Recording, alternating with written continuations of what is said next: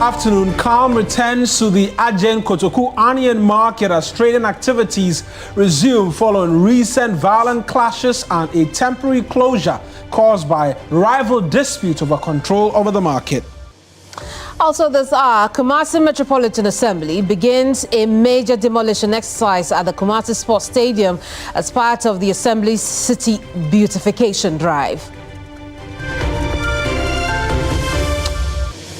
A lot later, reprieve for the entire world as US and Iran agreed to a 2-week conditional ceasefire and the temporary reopening of the Strait of Hormuz after a last-minute diplomatic intervention led by Pakistan.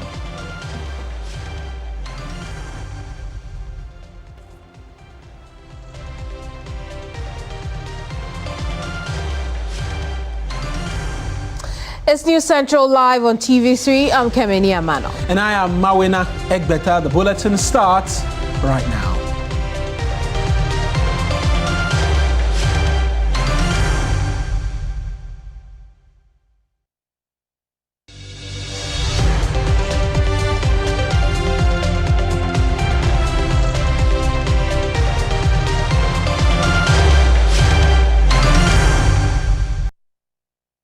The U.S. and Iran have agreed to a 2-week conditional ceasefire, which includes a temporary reopening of the Strait of Hormuz after a last-minute diplomatic intervention led by Pakistan. Trump's announcement of the ceasefire agreement came less than 2 hours before the U.S. President's self-imposed deadline to bomb Iran's power plants and bridges in a move that legal scholars, as well as officials from numerous countries and the Pope, had warned could constitute war crimes. Just hours earlier, Trump had written on his private social media, "A whole civilization will die tonight, never to be brought back again. I don't want that to happen, but it probably will." End of quote. American B-52 bombers were reported to be en route to Iran before the ceasefire agreement was announced. But by Tuesday evening, Trump announced that a ceasefire agreement had been mediated through Pakistan, whose Prime Minister Shehbaz Sharif had requested the 2-week peace in order to allow diplomacy to run its course.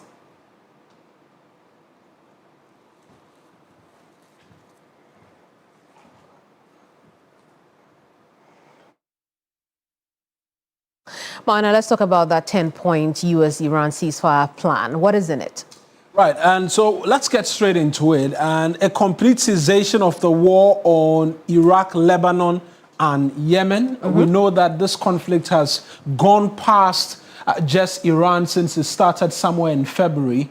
It has escalated to part of Lebanon, where there's been fight ongoing between Israel and Hezbollah, and as well in Yemen as well. All of these have become a part of the escalation which we've seen over the course of the last 1 month plus. Then also the complete and permanent cessation of the war on Iran with no time limit. And so they zero in on Iran, to be specific as well, ending all conflict in the region in their entirety, because last year there were skirmishes which resulted in a temporary closure of the Strait of Hormuz for some time, which saw prices on the oil markets go up, and then there was a ceasefire like this before we saw the escalation somewhere this year again. And so they say they want all of it to come to an end once and for all.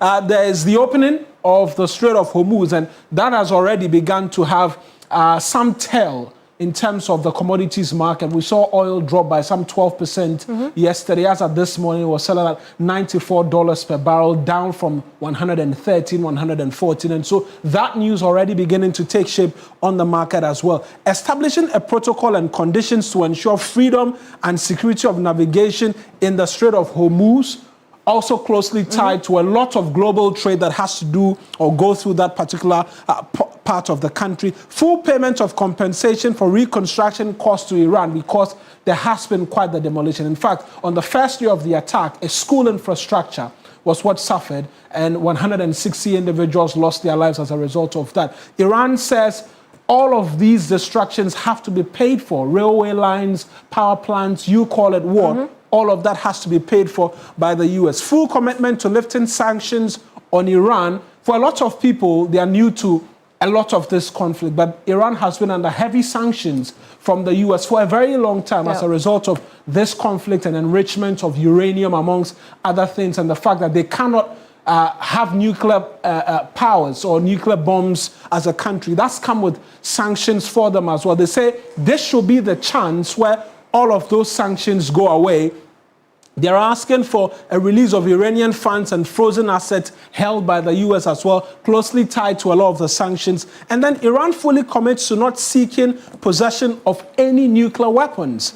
And so that as well will mean Iran will give up any of its ambitions to ever own nuclear weapons. And then immediate ceasefire takes effect on all fronts immediately upon approval of the above conditions. And so that's a 10-point plan, which has seen a bit of peace return, and the market's already reacting to it as well. But I guess the question would be, how trustworthy this can be. Joining me now.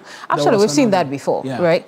Let's speak now to international relations and security expert Dr. Vladimir Enchidanso, who has warned that the escalating tensions in the Middle East could have significant economic implications for this country. Doc, I appreciate your time this afternoon, but did you see the ceasefire coming? Thanks also for having me. Did you see the ceasefire coming, despite the threat from the U.S. President Donald Trump that he plans to wipe out Iran? Well, I was convinced that he wasn't going to carry this through because it would be detrimental to his own government and to the U.S. And I knew how erratic he has always been. So I knew that at the last minute he would find an excuse also to postpone it or to issue a different kind of threat. So I really knew. And well, in international relations, you use all tools in the tools box. I wouldn't be surprised if the Americans also, or Trump himself, ignited this whole process by asking Pakistan to be more forceful in this sense, to give a things. I see. What will it take now that we have some 2 weeks of conditional ceasefire? What would it take to get a permanent ceasefire, considering the impacts the war is having on the livelihoods, not only of people in the Gulf region, but even people in the U.S.? It will take a hell of effort. Unfortunately, the UN doesn't have the capacity to do what it should do. What can change the course of history would be Europe. Europe, Russia, and China teaming up together to call the bluff of America and to call the bluff of Israel. Unfortunately, this hasn't happened in history before. Because if we do not take time, there is the possibility that we are heading towards Armageddon. The Iranians have a resolve to fight until the last person. And I believe that if they continue on that path, Israeli pride would have been hurt. American pride would have been hurt. And they will have this threat of obliterating almost everything, in Iran. And that would be disastrous for the whole world. Very well. Doc, I'm told that you have very little time. We'll end our conversation here. Thank you so much for your time, Dr. Vladimir Enchidanso. You are very, very welcome. Indeed, is an international relations and security expert. I'll bring in now Professor Daniel Dramani Kipo Sunyuezi, who is an associate professor at the Legon Center for International Affairs and Diplomacy. Doc, look, we've always known about the flip-flopping of the U.S. president in terms of announcing progress in this war on Iran. And then here we are, a few hours to his own deadline. He says that we have agreed on a conditional ceasefire. How trustworthy is the ceasefire, knowing very well that in the case of Gaza, despite the ceasefire, Israel still went ahead to bomb Gaza? What do you think? Thank you very much. That's certainly, thanks for viewers and listeners. I think Donald Trump actually has been a very, very interesting politician and somebody who is very difficult to predict in terms of his foreign policy orientation. And I think that he might have used another form of maybe a soft power, not a hard power, to push others into this ceasefire. All that we are looking for is that we are very hopeful that this ceasefire will not just be a temporary one, but should lead to a permanent one, because that should be the way. As for war and violence, I don't see that as solution to these very issues that they have. But diplomacy should be the way out. And if these Pakistanis are able to mediate, and that is part of trilateral relation that we are using there, and if that works, I think that should be the way forward. And we expect that both sides, the Iranians, the US and Israel on the other side, will come in at least. Possibly, let's see how they can have some compromises and to be able to agree on some of the points. Not all of them will be accepted, but there should be a point where they'll be able to work towards a win-win situation. But do you see Israel ceasing fire over the next 2 weeks?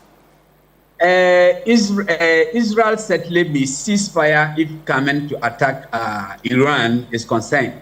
Because if US should tell Israel, do not attack Iran, I think Israel will keep to it. Well, but the US, but remember that in the case of Gaza, the US did tell Israel that, look, let's not go ahead with any more bombings. But Israel defied that, that order from their own ally and bombed Gaza. So how sure are we that the same will repeat here in this Iran case?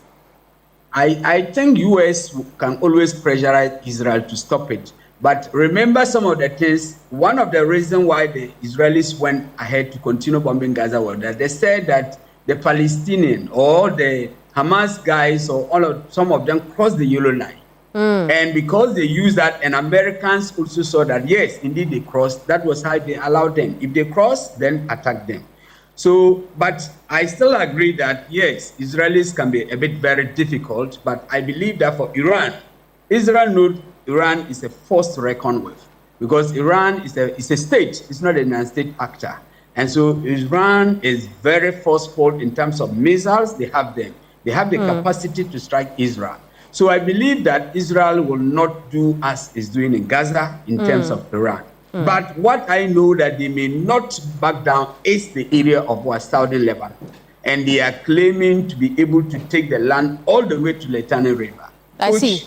I believe that the Americans may have to step in. Otherwise, the violence in Lebanon could be so much for the world to witness. Which brings the question of whether or not there could be a permanent ceasefire in this case, because in that 10-point ceasefire plan, Iran is asking that attacks on Lebanon, Yemen, and even Iran itself should cease. But we have Israel that is on an onslaught also on Lebanon. Some of the resolutions, that's what I said, are a bit difficult to enforce. Take, for instance, which ones do you see? To say that all attacks on all fronts should cease, that may be very difficult, because one of the reasons why Israel is doing that is that they have asked Iran to stop sponsoring those proxies. And Iran has also refused to stop sponsoring the proxies.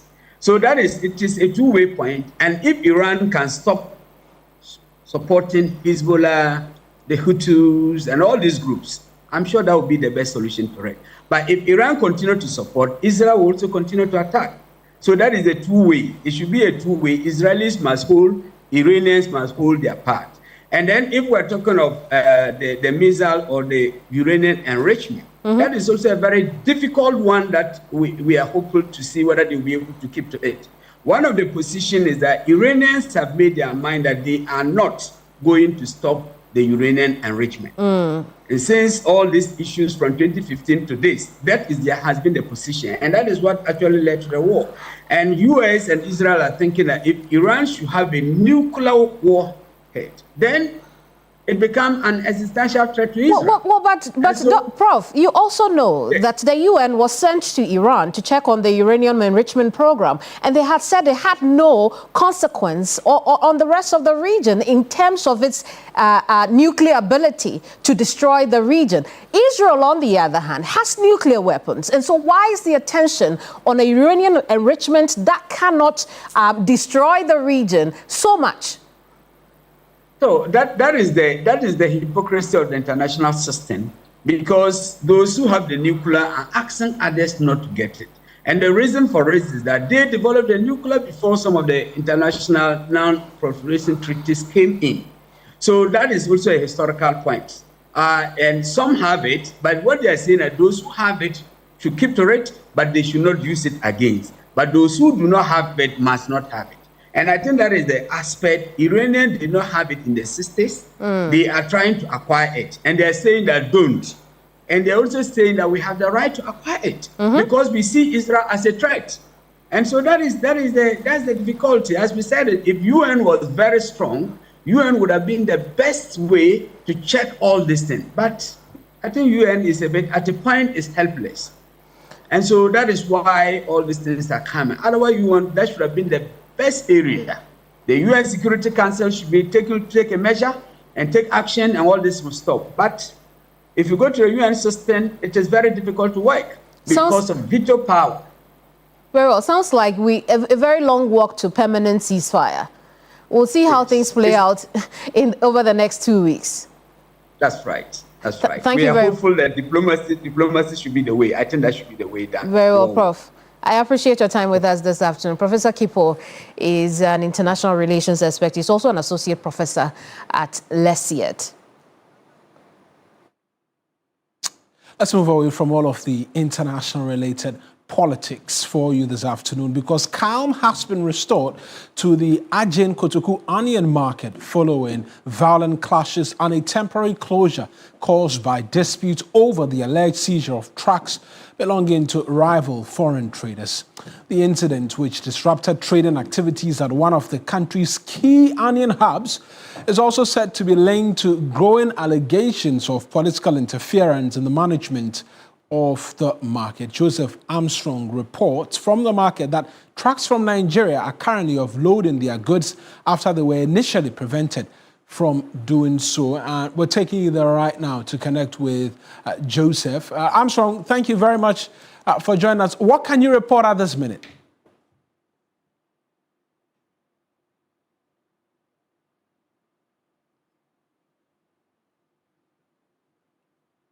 Well, we'll seek to connect with Armstrong pretty shortly, but he sent this report through early on.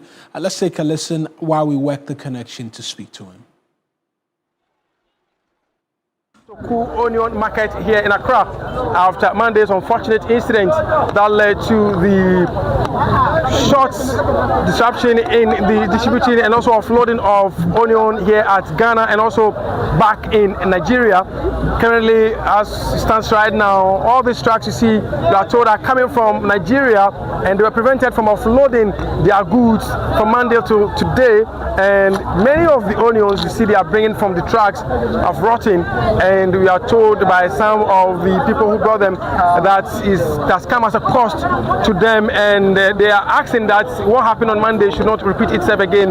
It was unfortunate that that fight indeed interrupted here that led to the disruption of the business that happened. But today is brick business for all the onion sellers here. I'll talk to this boss. Boss, I can see you offloading some onions. Talk to me. Yeah. Good morning. Yeah, morning. So you are offloading some onions. Yeah. Yeah. But I've seen some of the onions, they've gone bad. Yeah, because of the waiting. They have come like 1 week ago. They've been here for like a week now. Like that is why the onion. You know, onion, you don't like the waiting or something like that. So that's why. So fight is not good. It's not good. You think the fight wasn't necessary? It's not good. It's not good. It's not good at all. So they shouldn't fight again. Yeah, we hope. You also saying something. You said the fight is not good. The fight is not good. Fight is not good. Look at me, let's go. The fight didn't help. No. So anybody who wants to create fight, you want to tell them they shouldn't do this fight again. Profit will not come.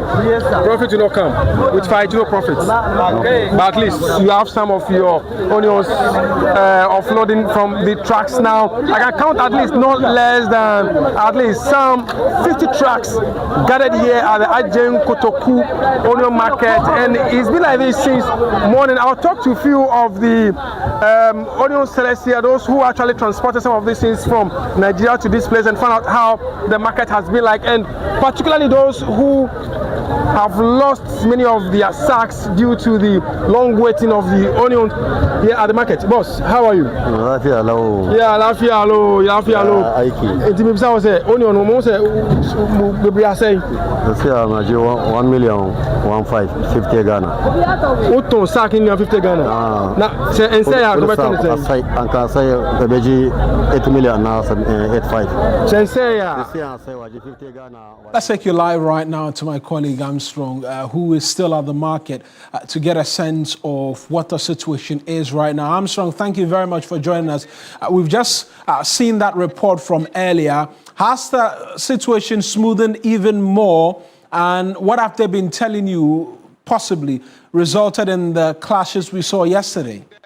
We've seen that some police personnel have also been deployed here to ensure that the place is calm as it has been, and so far so good. We're speaking to the secretary of the area, who explained to me that so far we have 7 trucks currently on the way coming to this place after the ceasefire, trying to get some of the leadership of this area to talk to them and maybe get more explanation from them and see how it has been so far. But as it stands right now, the only challenge we have here is about the fact that we have many of the onions rotting away. I talked to a few of the leaders here, some information from them on what is on the Ghana. Well, they will not talk to me. They are interested in to this place, and that is the most important thing to them right now.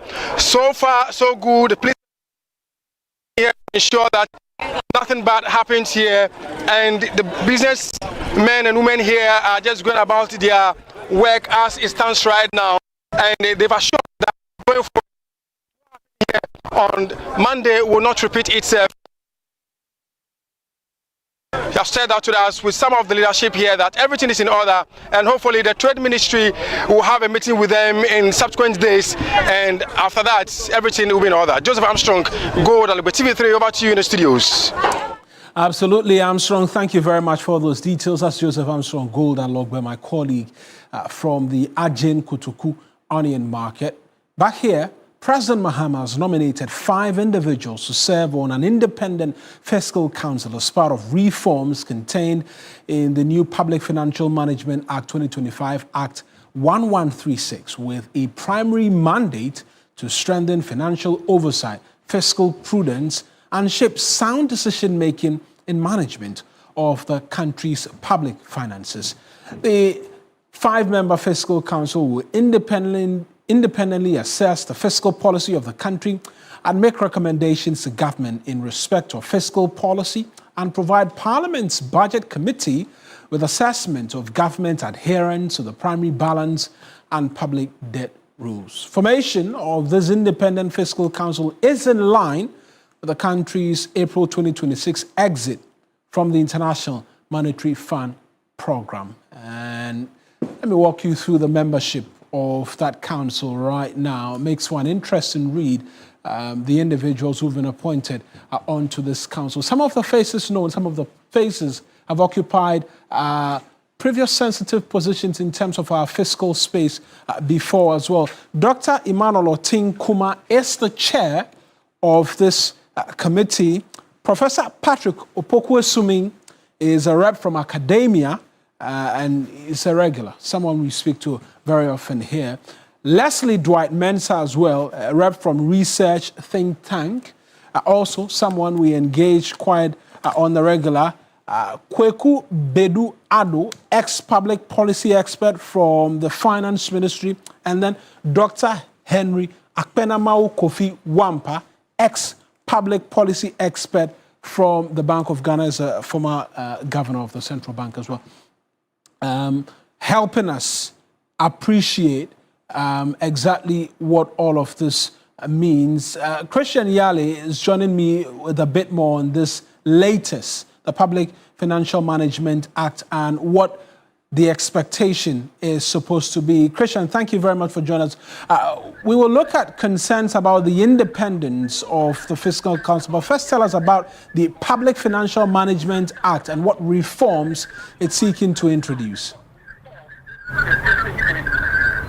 Eric, so what we know is that when you look at the Public Financial Management Amendment Act 2025, it introduces a number of rules to tighten fiscal policy and how government spends in the year, in a fiscal year. Now, one of the introductions or the new reforms that we have seen is the primary balance. Now, this rule is requiring that for every year, government must ensure that its revenue exceeds its expenditure by an amount that is equivalent to 1.5% of the GDP for that year. Now, this does not include interest payment on existing debts. Now, we know that we used to have what we call the Fiscal Responsibility Act 2018, Act 982, but it had this clause in it. However, that particular one did not set out what you would call, the adjustment or also the value for the annual primary balance. And so this adjustment, as we have it in the new reform in the amended law, is going to ensure the government, spends prudently whenever it needs to do so in any fiscal year. Eric, we also have what we call the public debt rule that is also introduced in the new law. Now, this public debt rule is basically going to help the government to reduce the public debt to GDP for every particular year and also ensure that government engages in long-term debt sustainability and also reduce excessive borrowing, among many other things. Now, in all of this, when there are breaches to the primary balance as well as what you call the public debt rule, the government would be required under this new law to send corrective measures to Parliament in the next budget that Parliament would have to approve. Also, Eric, it is worth noting that the Finance Minister under this law has the power to suspend either the public debt rule or the primary balance rule when there is what you call the force majeure or there is unforeseen economic circumstances that would, contradict the country's overall economic outlook. But in doing so, he needs to get express approval from the House of Legislature, which is Parliament, before it can go ahead to do all of that. So these are some of the reforms that the Public Financial Management Amendment Act 2025 is seeking to introduce. Eric. Thank you very much for those details. And Christian mentions some component of this bill, some of which is informed by not too recent development within the Ghanaian economy, debt sustainability conversations and concerns. Here's a bit more in terms of what this 5-member group is supposed to be doing. So they are to independently assess the fiscal policy and compliance with primary balance as against the debt rules, which Christian was talking to us about, promote transparency, accountability and long-term sustainability in public finances, provide government with fiscal policy recommendations, provide budget committee, that's a budget committee of Parliament, well, it could go beyond that as well, with assessment of government adherence to primary balance debt rules. There's a budget committee as well within the finance ministry, and has the power to request public entities to provide relevant information to enable performance of its functions. For the many things that they can do, they will provide a first half-year assessment report on compliance with primary balance or public debt rules not later than September every year. A question which should be asked is, will this year be a part of it? Annual assessment report on compliance with rules not later than April after end of each financial year. And so they are supposed to provide 2 reports to help us appreciate whether or not we're being compliant. And remember, all of this is being done because we're exiting the IMF program at the end of this month.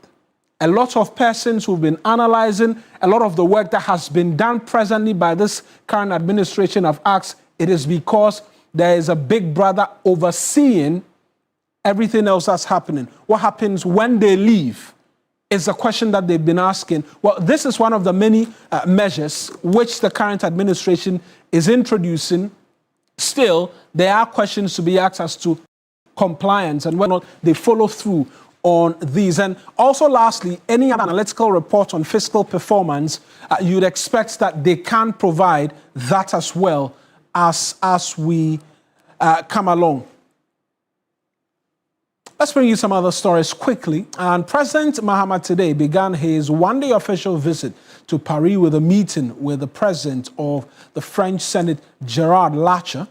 He was welcomed with a military ceremony before the bilateral meeting, which discussed, among others, trade and investment and regional cooperation and regional security and the fight against terrorism.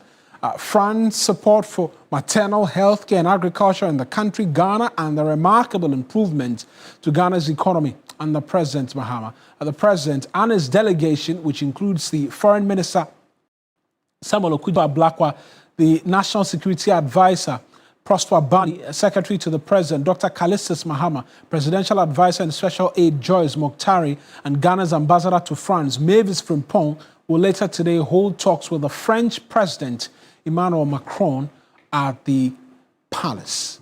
It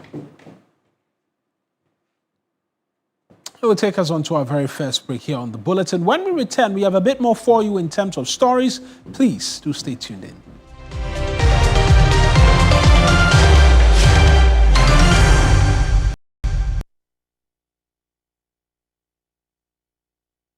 There's somewhere. Mrs.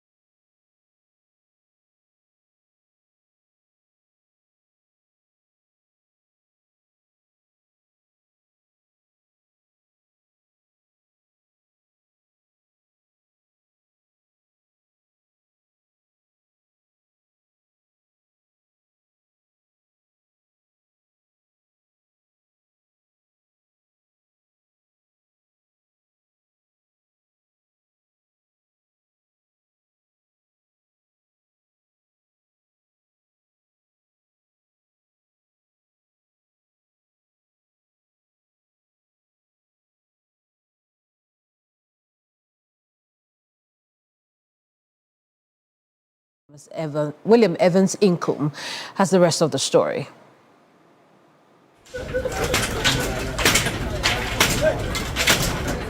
Some of these structures have become obstruction. For instance, this food and drinking spot directly opposite the T.I. Ahmadiyya Senior High School has been erected just at the edge of a major intersection. The KMA says they are illegal.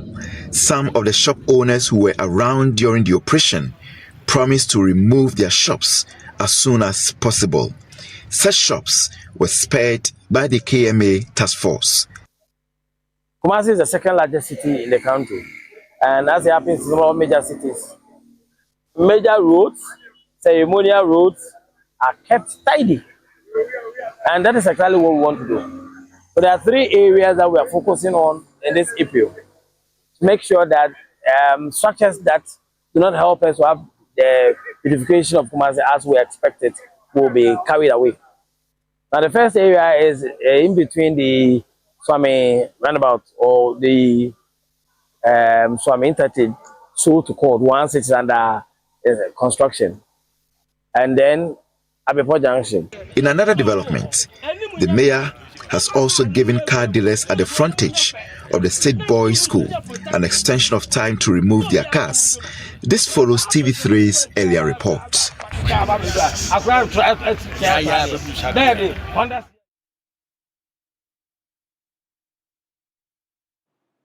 Now, persistent telecommunication network fluctuations continue to impact businesses and social life in part of the Afajato South District of the Volta region. In the Leklebi Enclave, residents say the impact is far-reaching and are appealing to government to act. More in the following report by my colleague Fiscal Abdul Idris.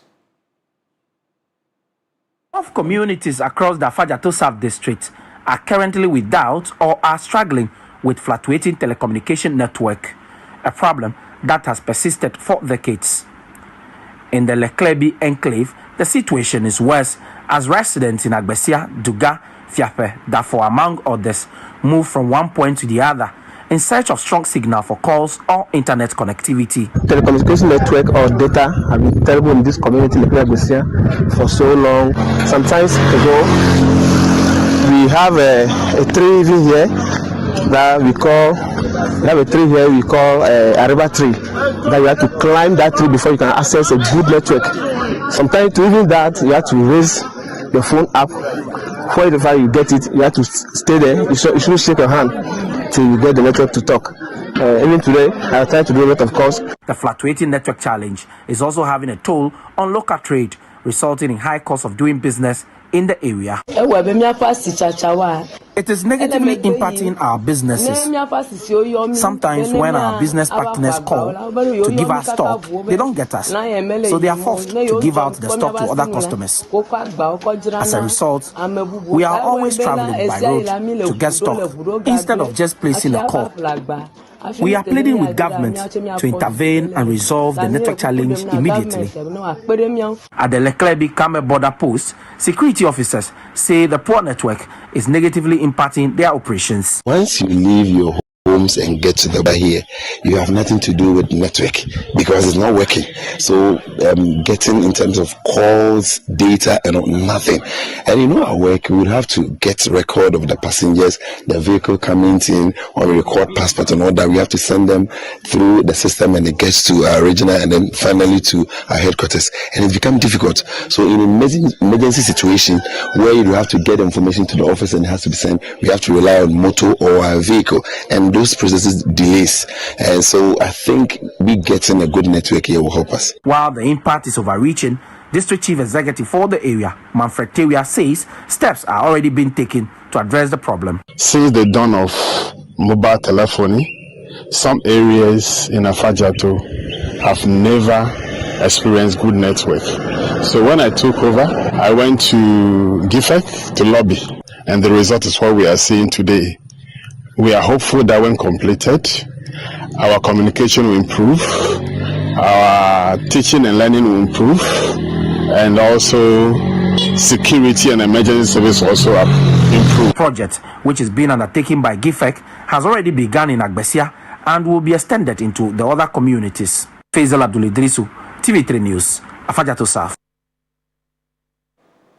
Now, youth of Techiman have called out chiefs on what they describe as reckless encroachment on the banks of the Tano River. The youth are accusing some chiefs of facilitating land sales within protected river zones, a move they warn will inevitably lead to flooding in the township. The Tano River is a vital lifeblood for the Bono East region. However, increasingly, the Tano River is being choked by new structures, where lush vegetation once chewed to absorb seasonal rains. During this year's Apor festivities, also known as traditional democracy, the youth emphasized the direct impact of these encroachments to lives and properties. You know, there are some water banks. You don't have to sell land for people. You know, that then is not good. Maybe there can be a flood and things will spoil, or even we can lose a life. So this is the right time we can tell them. The chiefs say they will take steps to ensure the protection of the river. We will not do that. But sometimes it will be at the blind side of the leadership.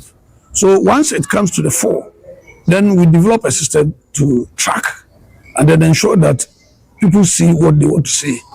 Communities rely heavily on the Tano River, and these encroachments, if not checked, will continue to impact not just access to water, but also the livelihood of the residents who depend on the river.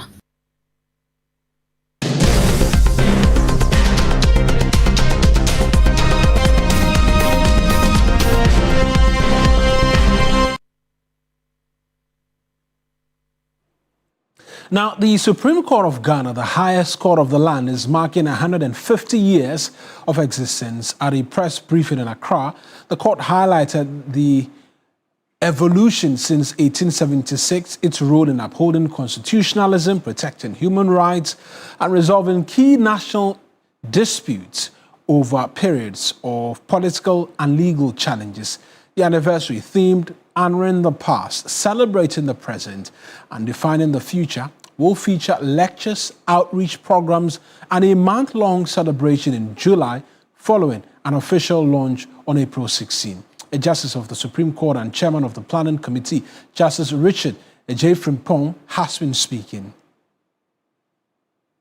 The evolution of the court has been checkered, challenging, yet enduring. The court has not been spared the misfortunes of political hostility, military interventions, featuring suspensions and abrogations of constitutions, societal criticisms, even condemnation. Article 1815 of the Constitution has been interpreted by the court to ensure that international business agreements involving the state shall not come into operation unless it is approved by a resolution of Parliament. By this decision, the representatives of the people have a final say in how the executive transacts international businesses. Further, today, prisoners are permitted to vote, thereby expanding the frontiers of universal adult suffrage. Again, today, one does not need a police permit in order to embark on a demonstration. Finally, and perhaps most significantly, two presidential election disputes have been resolved by the court to ensure political stability. The theme for the celebration is honoring the past, celebrating the present, and defining the future. This theme is fitting and apposite. We believe it is deserving to celebrate the historical significance of the court, honor the achievement of our forebears, and highlight the court's contribution to the social, political, and democratic development of the country. This is not going to be just a celebration. It shall be a moment of stock-taking, lesson learning, and strategizing into the future. The actual celebrations will be a month-long event and shall be held from the 1st to the 31st of July. The events lined up for the celebrations would include lectures and symposia by various dignitaries, locally and internationally, legal outreach programs, moot court competitions, sporting events, shortcutting of anniversary projects, thereby to climax the celebrations, dinner and Thanksgiving. That will take us on to another break. We'll return with just a bit more stories and then we take the show. Stay with us.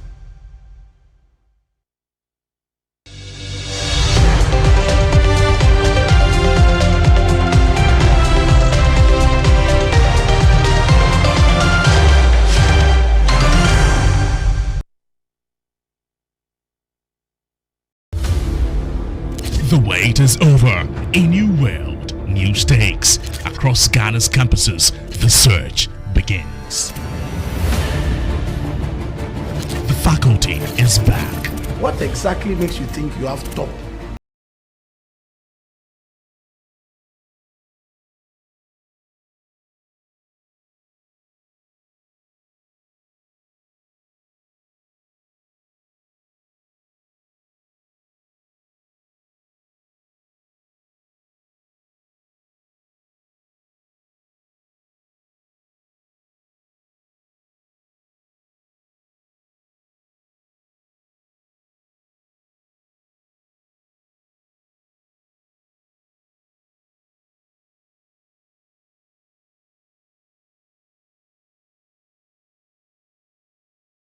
On the TV show.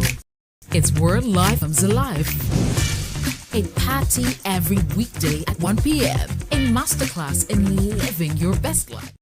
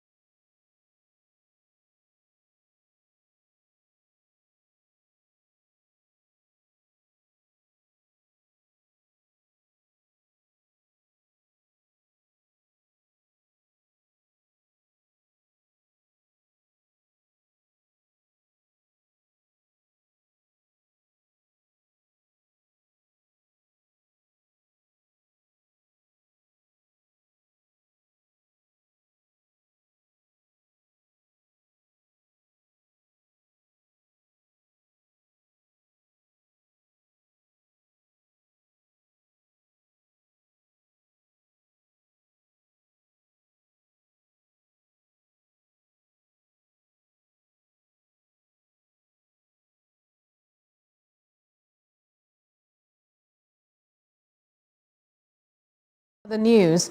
For many Ghanaians, especially young people, HIV self-testing has become a preferred option because it offers privacy, convenience, and quick results. But health authorities are raising concerns about counterfeit HIV test kits reported on the Nigerian market, warning they could undermine Ghana's HIV control efforts if they find their way onto our markets. HIV self-testing is increasingly becoming popular, particularly among individuals who prefer to avoid the stigma often associated with visiting testing centers. Many people choose to purchase the kits outside hospitals, relying on the results to make critical decisions about their health. But health experts warn that counterfeit kits could produce false negative results, giving users a false sense of reassurance or false positives that may cause unnecessary panic and emotional distress. Recent reports indicate a number of fake testing kits identified on the Nigerian market. Gains made by government in controlling HIV infections could be threatened if these fake kits enter the Ghanaian market. We expect people to take notes of those batch numbers. You know, we gave clearly the names, photographs and everything, so that if they are going for such tests, it is their right to find out from the lab the type of diagnostic they are using. That is why we cannot take consumer education out.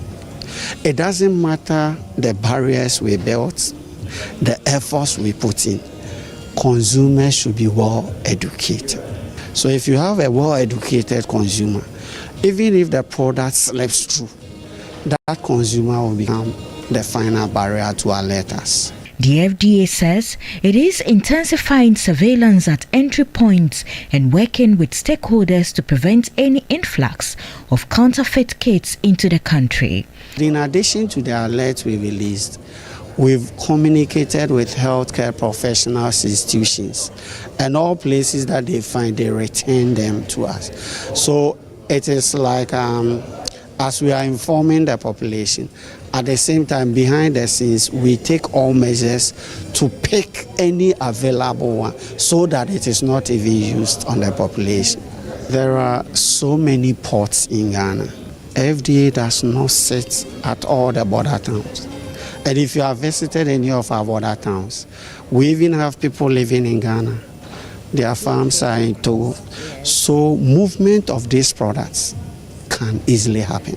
As regulators work to prevent the entry of the counterfeit HIV test kits, the message remains clear.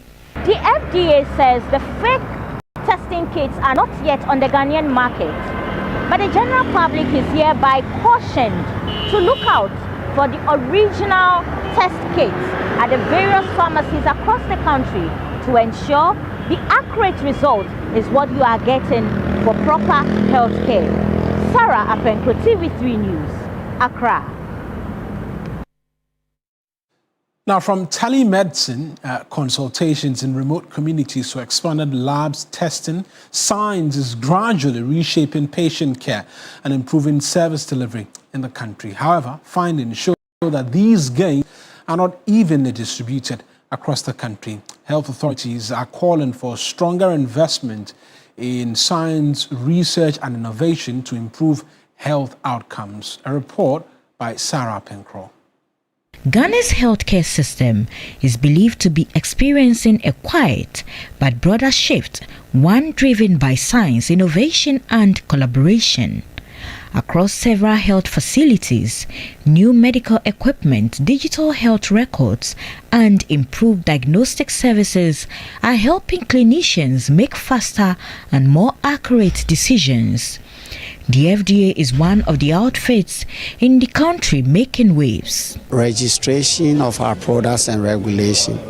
We've deployed what we call the GFM, which is a regulatory information management system. And with that system, it is allowing us to go paperless. So now with all our regulatory functions, if you want to register a product, everything is done online. And we are also talking with our development partners so that we'll be able to deploy AI-assisted tools so that instead of using long manual time to evaluate and assess the documents we receive from our clients, will be able to use shorter times. The World Health Organization country representative to Ghana, Dr. Fiona Braka, on the occasion of the World Health Day, is urging policymakers to prioritize evidence-based investments to build health security and drive national development.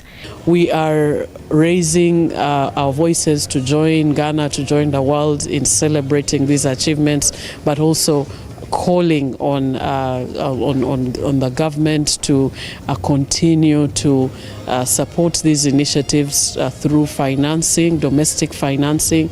We are also raising our advocacy to call on partners to continue to support Ghana in these efforts, and we are calling also on frontline workers to continue the great work that you are doing to make sure that every Ghanaian has access to quality services. Some facilities continue to face staff shortages, limited bed capacity, and delays in accessing specialized care, affecting timely treatment for many patients.